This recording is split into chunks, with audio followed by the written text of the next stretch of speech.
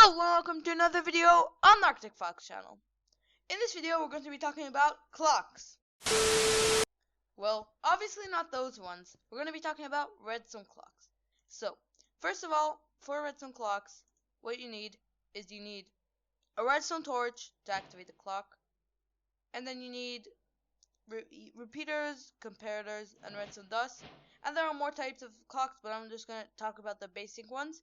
And later I'm going to talk about the more advanced ones. Okay, so basically, how the clocks work is like this. So what you want to do is you want to put down one redstone, then you want to put down a repeater, then you want to put out of the repeater a redstone, then another redstone, then a repeater, and then a redstone. And then what you want to do is take a redstone torch and quickly place and break it.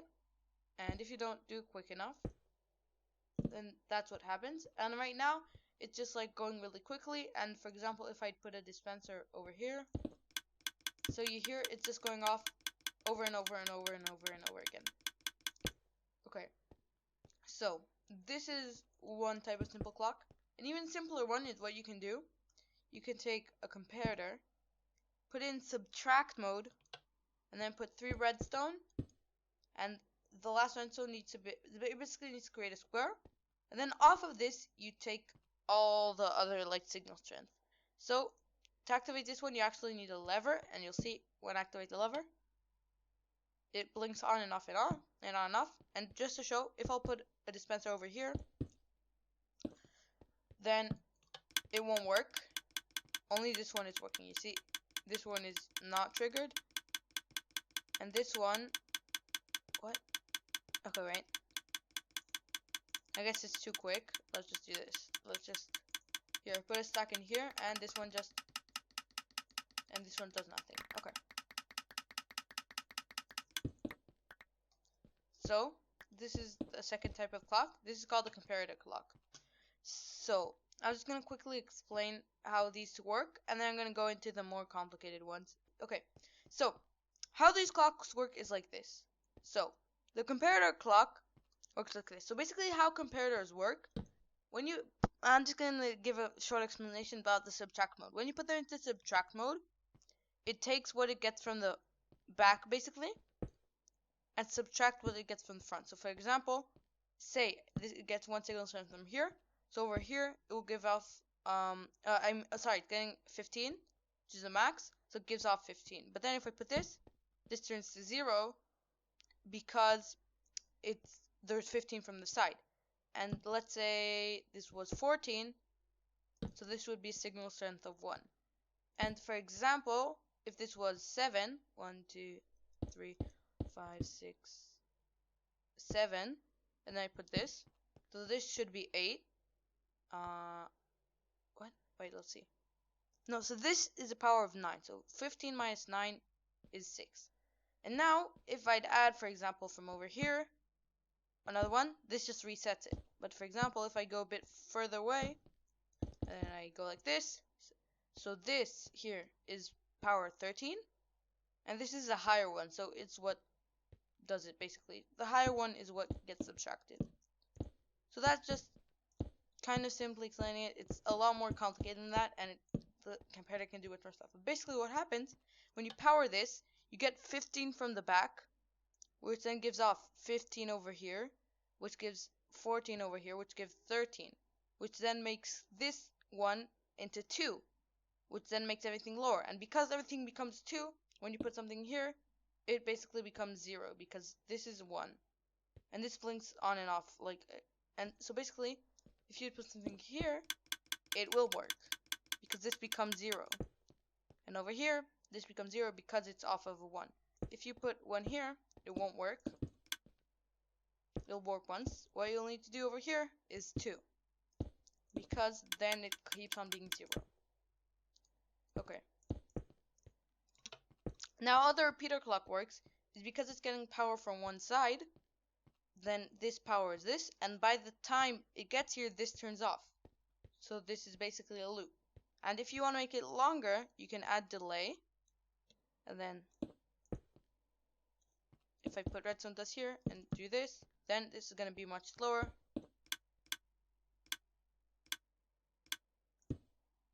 Okay. And if you want to make this even longer, what you can do is you can add a load of repeaters, but just make sure to put the same amount of repeaters on both sides. Otherwise, it can mess up sometimes. So just do it, basically. So for example, here, I did it wrong. 1 second. Okay, so, and then this is even longer. And if I want to be even longer than this, I can turn all these into 4 ticks.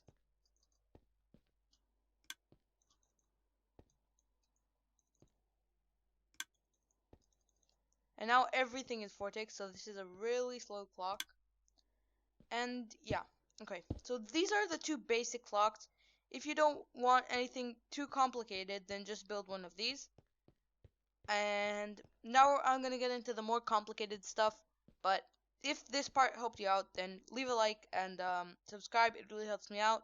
And now I'm going to be getting into the more complicated. And there's actually, like, they're not really, some of them aren't that much more complicated, but anyway, I'm just going to show them. Okay, so you can make an observer clock, which is really, really simple. And you can also make a hopper clock, an etho hopper clock, which is a bit more complicated, but I'm just going to show how you make it, just if you want to see. So basically, so the observer clock is really simple. All you want to do is 2 observers facing into each other. And then if I'll put a redstone over here on either side, it'll just blink really quickly. And if I like put a piston here, then you'll see that. The reason for this is because when you place it, this observer observes the observer being placed in front of it.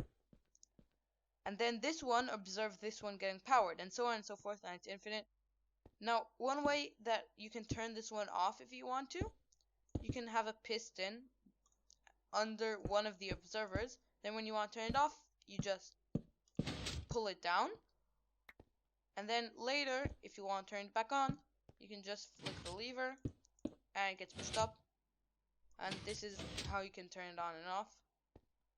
Okay, now we're going to get to one of the more complicated clocks. So yeah, so how you want to build this is like this. You want 2 hoppers facing into each other. Okay, then out of each hopper, you want to put a comparator. Then you want to put a block coming out of the comparator with a redstone dust on top of it. Then off of each redstone dust under, like in front, basically, like that, you want to put a piston. And I built it correctly, never mind. Then you put the redstone block in front of one of the pistons, and then in front of one of the hoppers, 1 block up, basically at the height of the redstone block, you want to put a repeater. So how this works, then you need to put, for example, you can put as many items as you want, and that's what decides how quick this clock is. So if I put a stack in, this will be much slower, and you'll see the items slowly get pushed to the other side. And once this hopper is completely empty, then the clock will move to the other side, and basically we'll turn this off.